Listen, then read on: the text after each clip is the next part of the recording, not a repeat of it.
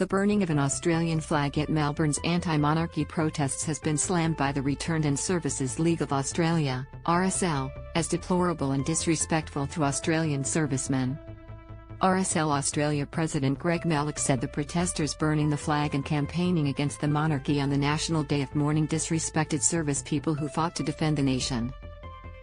Her Majesty Queen Elizabeth II, as Queen of Australia, was patron of the RSL for more than 70 years, and Australians, including First Nations people, have fought and died under the Australian national flag over the decades, he said.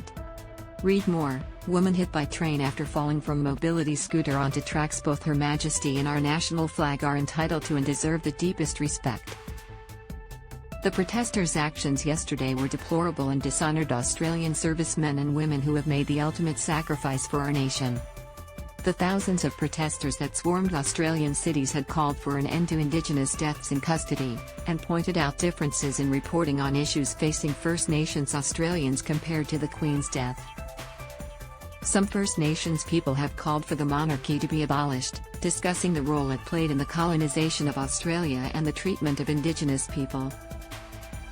While they mourn the Queen, we mourn everything her regime stole from us: our children, our land, our loved ones' lives, our sacred sites, our histories. Warriors of the Aboriginal resistance, which organised the protests, said. Today is about reflecting on the pain and trauma that the monarchy has brought to our country, a Melbourne protester told 9 News. When is anybody going to mourn the deaths that we lost? Everybody. My ancestors. Who's mourning that? Protests took place in Melbourne, Sydney, Brisbane, Adelaide, and Canberra.